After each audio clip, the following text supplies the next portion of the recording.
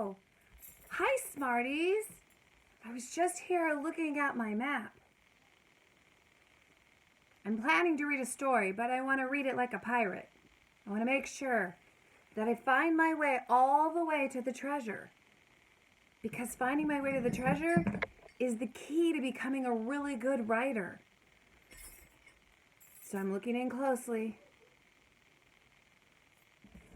I'm going to read like a pirate. And I want you to read like a pirate too. So at the end of our story, I want you to figure out something that you can take away and today you can transfer to your own writing. The story I'm going to share today is one of my most favorite stories of all time. It's a little unexpected. It's called My Lucky Day. It's by Keiko Kaza. Now, if you look carefully at the cover, you're going to see the main characters, and there are two of them in this story. You know what they are? Do you remember? Look carefully. Look at the back. Gives you a little picture about what's coming. It's my favorite story too. When you're all finished, you can become the pig in the story.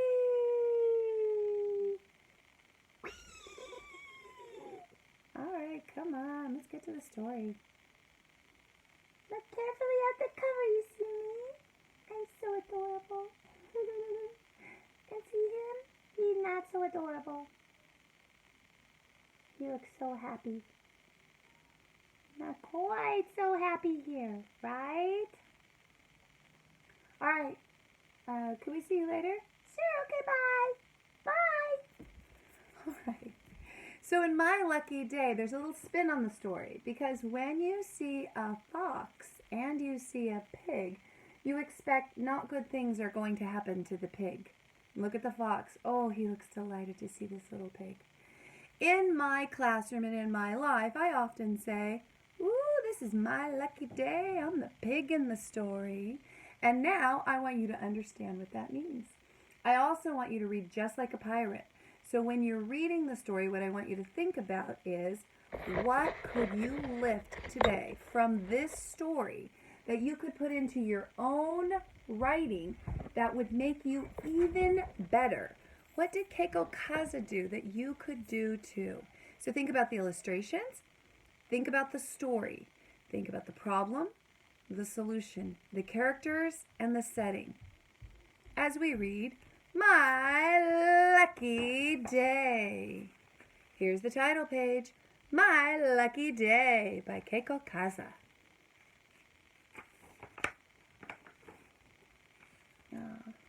This is called the dedication page. When an author and or an illustrator create a book, they make it kind of like a present for someone. So one of the things I want you to think about is when you are crafting stories and turning them into books, you too will need to dedicate it. Make it as a gift for someone. Either it's a story that reminds you of the person, or a story that was inspired by the person, or it's just someone that you love and you really want to give it to them as a gift. And this book is for Haruki. One day, a hungry fox was preparing to hunt for his dinner. As he polished his claws, he was startled by a knock at the door.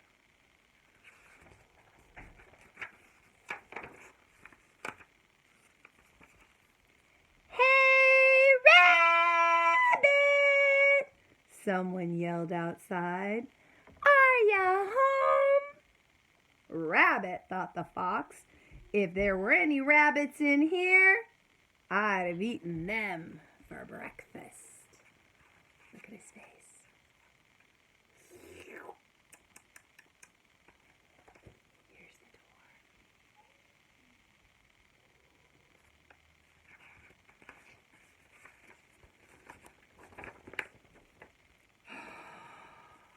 Look at that. pull up your pants and put on your belt. Dun, dun, dun! There is a problem. He doesn't look very happy, does he? He looks a little startled and surprised. When the fox opened the door, there stood a delicious-looking piglet. "Oh, no!" screamed the piglet. "Oh, yes!" cried the fox. "You've come to the right place." He grabbed the piglet and he hauled him inside. "This must be my lucky day," the fox shouted. "How often does dinner just come knocking at the door?" The piglet kicked and squealed. "Let me go! Let me go!" "Sorry, pal," said the fox. "This isn't just any dinner. It is a pig roast. My favorite. Now, get into the roasting pan." Look, it's the pan. It was useless to struggle. "All right," sighed the piglet. "I will. But there is just one thing."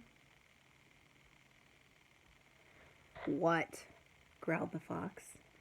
"Well, I am a pig, you know. I'm filthy. Shouldn't you wash me first? Just a thought, Mr. Fox." The fox thought to himself. He is filthy. Ugh, I don't want to eat a dirty pig.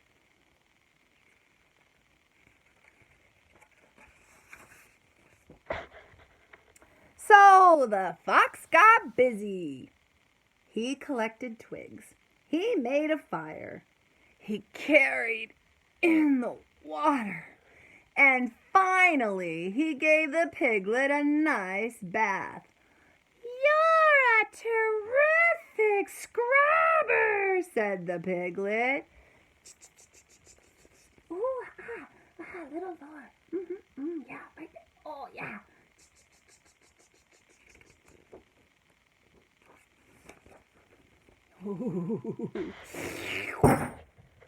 "There," said the fox.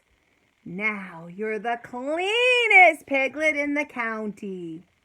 You stay still now." "All right," sighed the piglet. "I will.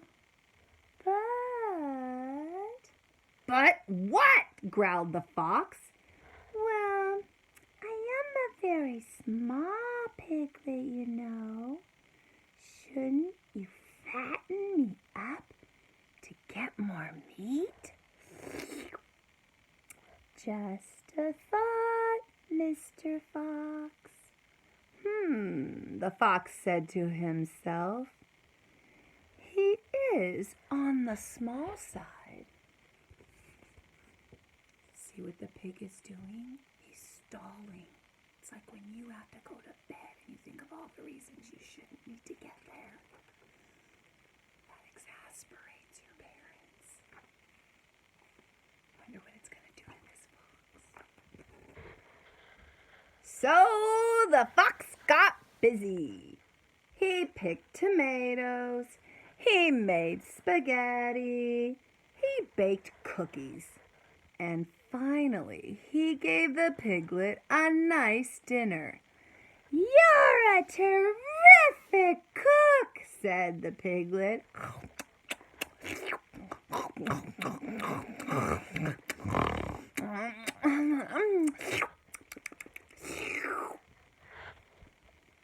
cooked the piglet dinner. Why don't you just cook and eat it himself?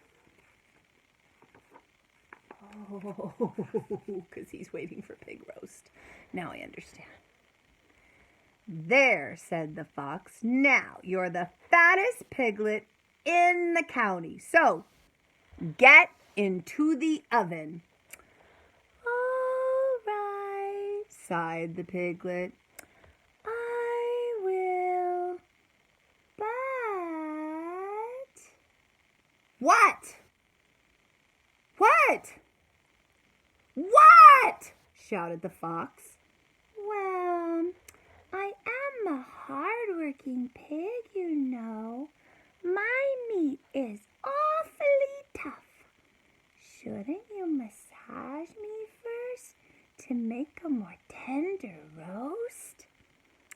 Just a thought, Mr. Fox. The fox said to himself. I do prefer tender meat.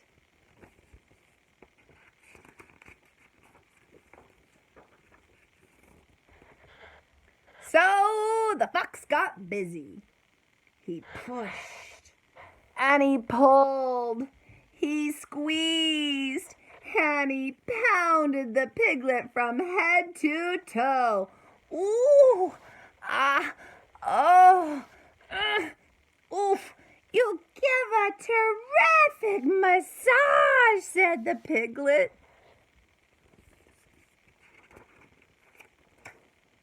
Look at the fox's face.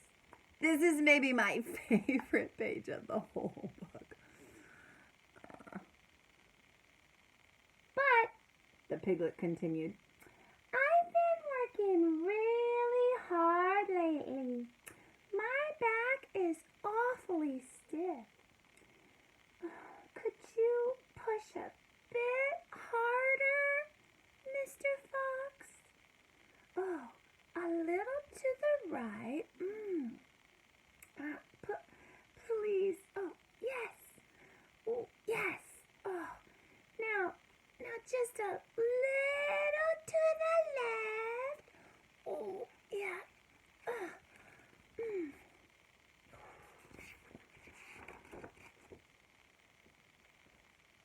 Mr. Fox,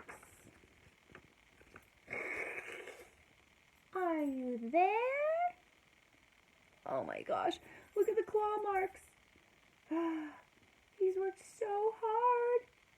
Look at the pig, he's all sapped out, laxy-taxy.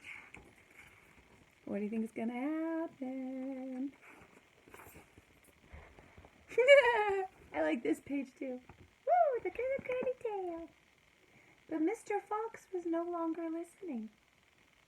He had passed out, exhausted. He couldn't lift a finger, let alone a roasting pan. Poor Mr. Fox, sighed the piglet. He's had a busy day.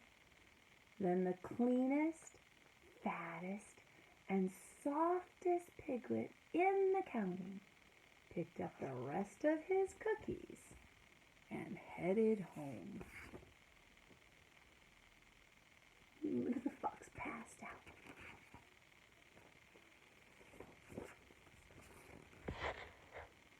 What a bath! What a dinner! What a massage! Cried the piglet. This must be my lucky day! Whee! Woo! You can almost hear it, can't you? Dun dun dun dun dun dun dun dun dun dun dun dun dun. Woo! He spent the whole day with the fox. Now he's running home at midnight.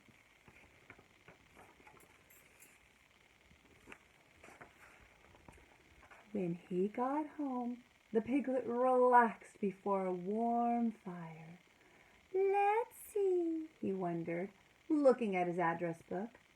Who shall I visit next? Now on this page you get to see his address book. And here he has the fox crossed out. And below the fox, he has wolf. He hasn't visited wolf yet. And on the next page, he has bear. He hasn't visited bear yet because it's not crossed out. And below that, he has coyote.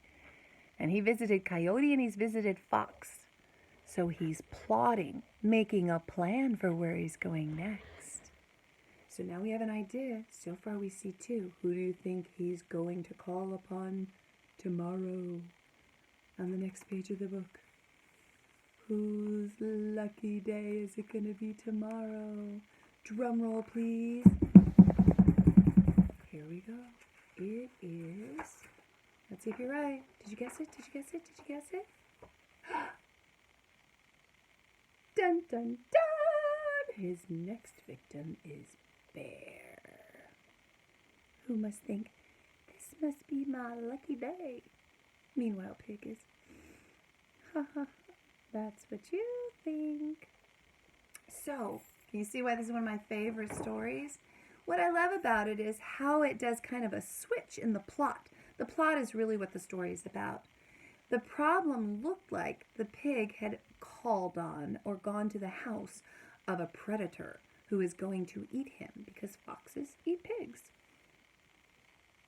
And somehow he flipped the script. He turned things on the fox very cleverly. And at the end of the story, we see that the real predator wasn't the fox. It was the pig. He'd had a plan all along. He went to that house on purpose to trick that fox. So that was a great story with a wonderful twist, because our expectation as a reader is that pig's not going to end up well. And it would be the fox's lucky day. But in the end, it was the pig's lucky day. The other thing that I like about this story is how it kind of speaks to the underdog. Now, he's not a dog and he's not under anything, but it's just a figure of speech, meaning he's the little guy and the bad things usually happen to the little guy because the big guy can overpower him. But in this story, the little guy out-clevered, out-foxed the fox. So I like that twist on the story too. So what I want you to think about is, as a pirate, what could you lift? One of the things that was amazing about here is how the illustrations were used. Here's the fox sharpening his claws. You can see he looks kind of evil. And then he looks very surprised, like, who's knocking on the door looking for a rabbit? And then look at the pig. He genuinely looks scared. Now, what I love about this, illustrators, is how it shows fear in the face, but then it has these little lines and these water droplets coming off, like the pig is sweating bullets. They're so big, and he's so nervous, and his arms are up. That is something you could do. And you can look at the illustrations in this book, or you can remember them. Now, to show motion, look at what the illustrator did. Lines up to show motion. So you see the legs moving, but you see motion in the pan and motion in the fox by lines coming off of the illustrations. And here you see motion again. The pig is shaking. And here you see that the fox is working hard because he's got little spots coming off of him. And there's like sweat coming off of him. Again, motion. And the pig is, no. And then he's getting tired. You can see it in his face. More motion. And then here he's looking like he's almost spent. Can't take it anymore. And then the claw marks show that the fox was so tired on his way down, he scratched right over the top of it. And there's the little pig. Oh, looking so innocent. And then running home. And you can see a shadow, so it shows that the light is over here. And then white lines in the dark showing motion again, that he's running. So that's one of the things that I would live from this story, that it's showing motion. This is also called foreshadowing, because while we didn't see a second story, it gave us a glimpse into the next chapter if there were one. And in our imaginations, we can carry the story even further because we know how this story played out. We would expect it to play out again the same. So what I'm going to do is I'm going to take this book and I'm going to put it into my pirate box. This is my treasure box, because inside this story is a lot of treasure. I'm going to remember that this has to do with motion. So the treasure that I found from this story has to do with how I, as an illustrator, can show motion in a story by making lines, like scratch lines, going in the direction I want them to go and making them fan out. So that's what I'm going to lift. I'm also going to lift the idea of an uplifting story. Now, what I want you to know about this is fiction. Fiction means not real, because real foxes do eat real pigs, but real foxes don't live in real houses, and they don't cook with a cookbook. And foxes and pigs, they speak in animal talk, but they don't talk to each other in the dialogue that humans use. So it has to be fiction. But it certainly was a fantastic story. So good luck to you. I hope one day this week you too get to be the pig in the story. Until our next story. Here's some love. And this time I'm going to throw you some creativity. Okay, Pirate? Grab some of that creativity and inspiration from the author. And here's some pride. Put it inside. Until later, super teacher.